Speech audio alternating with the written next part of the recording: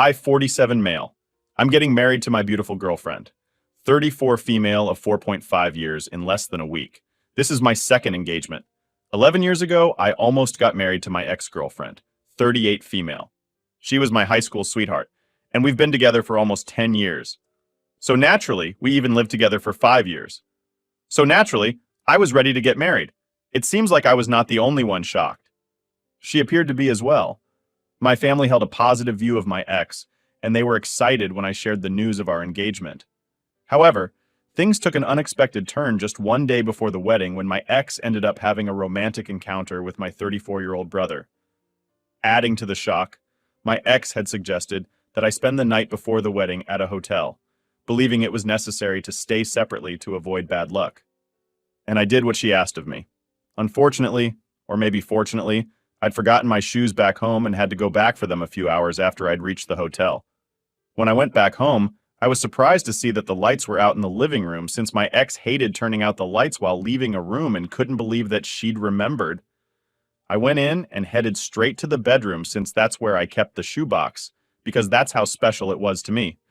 But when I opened the door to my room, I was greeted with the worst thing I'd ever seen. My ex was lying in bed with my little brother and was so caught up in their act that they barely even noticed that I'd entered the room.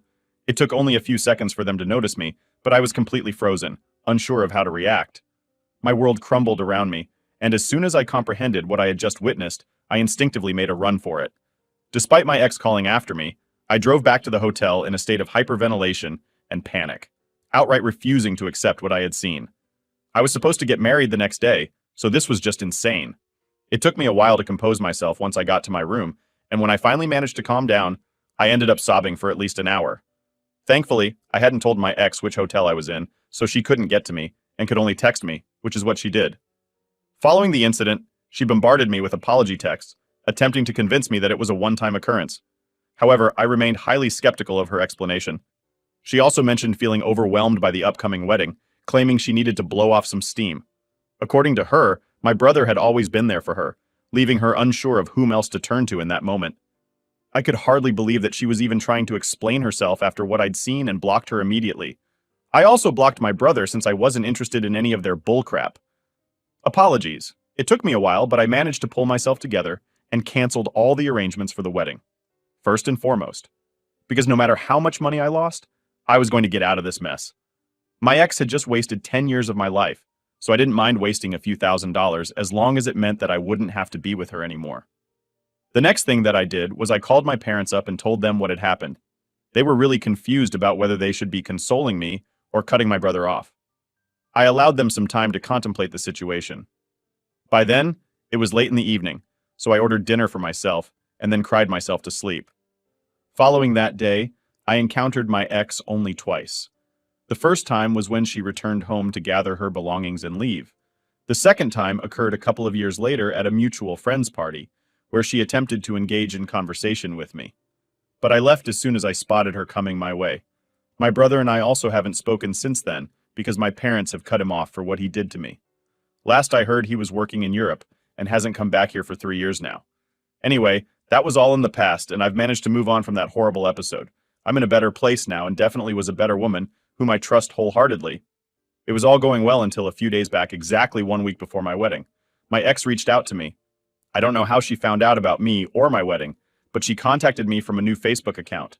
Since I'd blocked her original account first, and sent me a ton of messages about how devastated she was to hear that I was getting married again. It struck me as odd that she used the term again, considering that, despite the near marriage, we were never officially married. Nevertheless, the situation felt like a total deja vu. The way she pleaded for me to take her back, despite her actions, and claimed that I was the only man she'd ever loved, had a profound impact on me. And I even told my fiancé about it immediately. Part of me was so perturbed by this that I wanted to give her a piece of my mind for bothering me before my wedding. But another more unforgiving part of me really wanted revenge. I knew that I'd done the right thing all those years back, and had dealt with the situation like an adult. However, this time around, I harbored a strong desire to inflict emotional pain on her to the extent that she wouldn't even consider reaching out to me again. When I confided in my fiancé about these feelings, she fully supported the idea. Despite her own experiences of being cheated on in the past, acknowledging that our relationship wasn't a 10-year one, it still left a painful impact. So she knew how I felt. So this time, instead of just letting it go, we came up with a plan to get revenge and make sure that my ex went through the same heartache that she put me through. This is why a couple of hours after I received her text, I decided to text her back, saying that I was finally ready to talk to her. She expressed her readiness to come to my place immediately, but I suggested she get a room in a nearby hotel. I promised to meet her there the next day to avoid raising suspicions with my fiancé. Throughout this conversation, my fiancé was right beside me, and surprisingly, she agreed to the plan, and so the next day I went to her hotel. At the time we agreed upon, she seemed overjoyed to see me and was actually crying happy tears, but she'd be crying real tears in a couple of minutes. She sat me down and started explaining how she'd been so sorry about what had happened for these past 12 years. I wanted to make it up to me, but didn't know how to get through to me until she heard from a friend that I was getting married again. She believed that sending one last text was crucial, fearing she would lose me forever if she didn't. I feigned interest, attentively listening and holding her hands while she spoke. All the while, I anxiously awaited my fiancé's arrival. After almost 20 minutes, a knock on the door signaled her presence, prompting me to rush and open it. My fiancé answered, followed by all of our groomsmen and bridesmaids wearing masks of my brother's face. They'd carried a cake in as well, and even that had my brother's face smiling up at us. My ex was horrified and couldn't even come up with words to say anything. We yelled surprise eyes while she looked on with a shocked expression on her face, because I'm sure nobody would have ever seen this coming. We've managed to convince the hotel staff that we were surprising her, and it was relatively easy, since she'd already informed them to let in any guest who wanted to visit her, which she'd meant just for me. But I had other plans. After she was able to process what was happening, she started sobbing and mumbling some incoherent gibberish while crying. I wasn't inclined to let her off the hook so easily. Messaging me just a week before my wedding, after cheating on me with my own brother the day before we were supposed to get married, was audacious. Now, she had to confront the consequences of her actions. I made it clear that this was what she deserved, and any chance of reconciliation, if ever, would only be considered after her betrayal. Then she was dead wrong. She had no business texting me after what she'd put me through, and I was glad that she was hurt by what I'd done because she'd brought it upon herself. I was really cold and curt while saying all of this, but she continued to sob and said that if I didn't want her back, then I should have just ignored and blocked her instead of going out of my way to humiliate her like this. But I didn't feel sorry for her in the slightest. Not then, not now. I told her never to speak to me again, and then left her crying by herself in the hotel room. Now I'm supposed to get married in 2 days, but some of my fiancé's friends want me to apologize to my ex since they think that the way I told her off that day was harsh. Despite her actions, some may argue that she didn't deserve this. However, my groomsmen, who have known me since middle school, don't share this sentiment. They are fully aware of the battles I faced with depression and fighting for my life in the years following my breakup with my ex due to the circumstances. They understand the depth of my love for her and what she meant to me, so they didn't judge or mind what I had done. My fiancé's friends had probably been expecting some high school drama that they could gossip about later, but this was too raw and real for them. My fiancé is on my side and doesn't think I should apologize, but her friends are refusing to be part of the wedding. If I don't do that now, I'm really torn up because on one hand, I don't want my fans to be upset on our wedding day. After all, she really values her friends, but I also don't think I owe my ex any apology at all. She could have just stayed out of my life and this never would have happened, but she just didn't want to see me happy. In fact, she still tried to play the victim here and keep sending texts from spam accounts about how I broke her heart, and that this will definitely come back to me someday. I don't particularly care for this brand of emotional manipulation, not from my ex, and most certainly not from my fiancé's bridesmaids. Now I know that she's never going to tell me to apologize just for her sake, but I sort of feel obliged to at this point, and that's why I'm here. I'm running out of time, and I need to decide what I'm going to do right now. 80 for humiliating my cheating ex after she tried to get back with me just a week before my wedding. Update 1. So the response on this has been pretty diverse to say the least. There's just 1 day to go until the wedding, and I decided to speak to my fiancé before I actually do anything. Like most people have suggested, I talked to her about how I've been feeling, and as soon as I told her, she said that I absolutely didn't have to apologize to my ex just because her bridesmaids fought so, and if that offended them, then they could skip her wedding. She shared that her bridesmaids were unaware of the details, and many of them believed that I had overreacted, even after she explained that my ex and I had been together for a decade, and she had cheated on me with my brother, an act perceived as incomprehensibly cruel and unforgivable. Despite the severity of the situation, they remained unconvinced, still thinking I was being unreasonable and owed her an apology, so she gave up trying to explain my side of things to them and even told them that they didn't have to attend our wedding if they didn't feel like it. She hasn't spoken to her friends in one whole day, and it seems really unlikely that they'll be attending. One of them even paid her back for the cost of the bridesmaid dress that she'd bought them all, and she thinks that most of them are going to skip. She's putting up a strong front for my sake, but I know she's hurting since these women have been her friends since high school. My fiancé says she doesn't care, but I know she does deep down. So I've decided to talk to her friends and try to convince them myself. As for my ex, she has become quite a nuisance. Just a few hours ago, she somehow managed to call me and spent a whole 15 minutes trying to argue. She was insistent on convincing me that I was still in love with her, but just too proud to admit it. Why did she think so? Well, according to her, I went to such great lengths only to humiliate her. So it's obviously meant that I still did have feelings for her deep down. Yeah, she's right. But those feelings are of hate and disgust. For whatever reason, she believes. I just wanted to see her one last time, which is why I'd held her hands while she was talking. But honestly, that was just a shocker. Even more, I literally laughed in her face while talking to her, hoping that she'd get the hint. But she kept on blabbering about how we were soulmates and that I needed to call off the wedding before I made a huge mistake. Truly, the sole reason I'm considering any of this is to prevent her from making any regrettable decisions. I've been attempting to contact her parents to facilitate her removal, but so far, I haven't succeeded in reaching them. Consequently, I'm patiently waiting for their response. Once they step in, I'll finally be able to part ways with her for good. Don't get me wrong, I still hate her, but I also don't want her to hurt herself. I'm not that inhuman. Update 2. Hey guys! So we're officially married now. It's been a couple of days since the ceremony, and I still can't believe it. She's now my wife. I'm thrilled. But unfortunately, there's still sad news. Her friends ended up not showing up to the wedding, despite my attempts to get them to come. I personally called each one of them up to explain why I'd done what I'd done and why I didn't want to apologize. But they didn't care much for it. Even when I asked them to attend just for my wife's sake, they weren't too hot on it.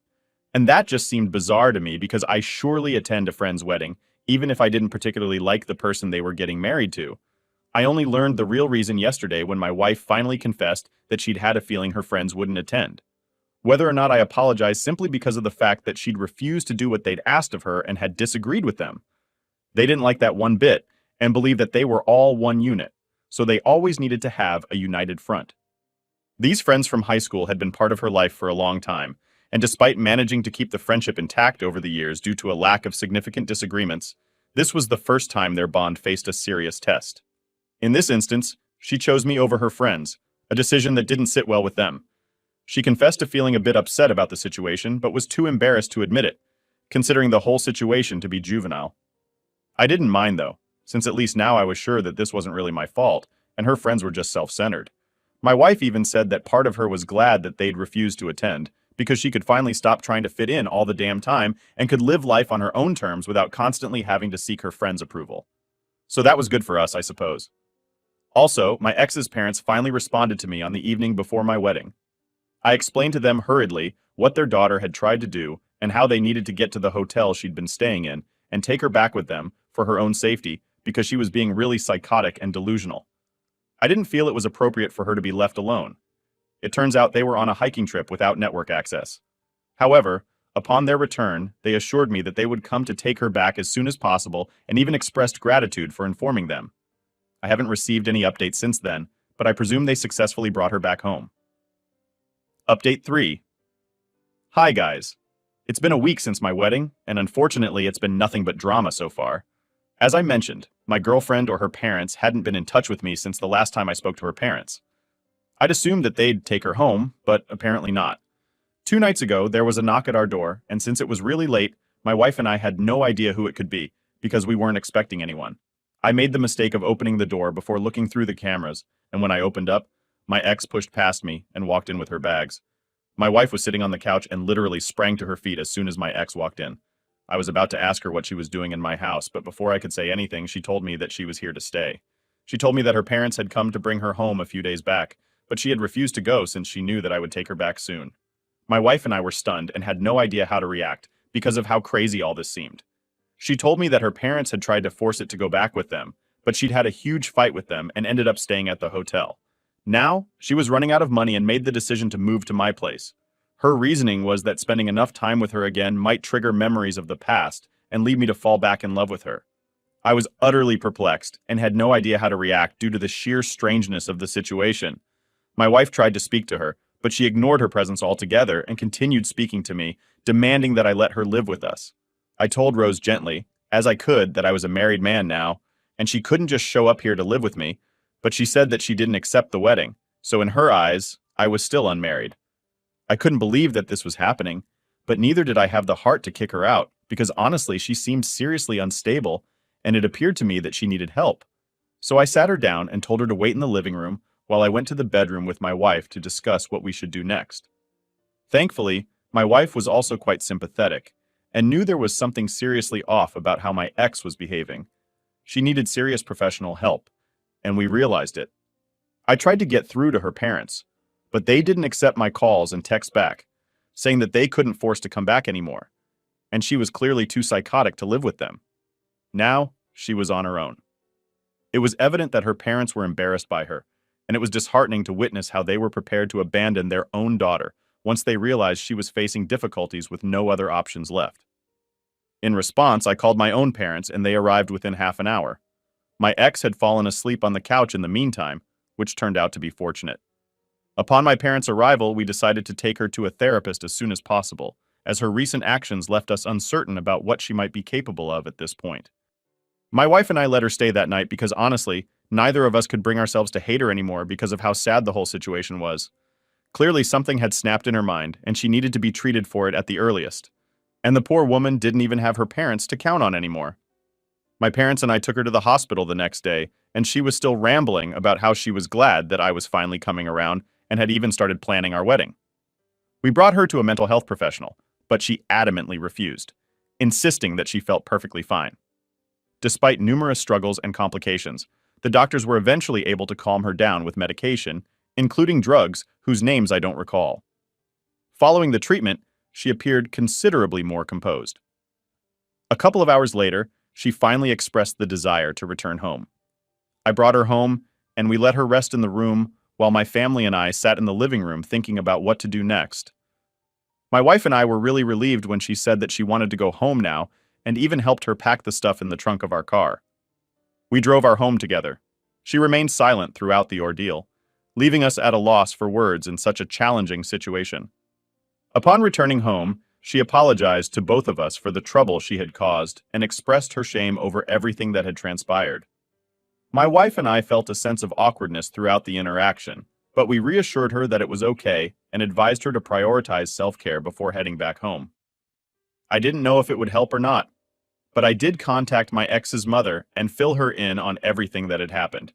And I guess that finally made them realize the gravity of the situation. She told me that she's moved in with her daughter and said that she'll keep us updated.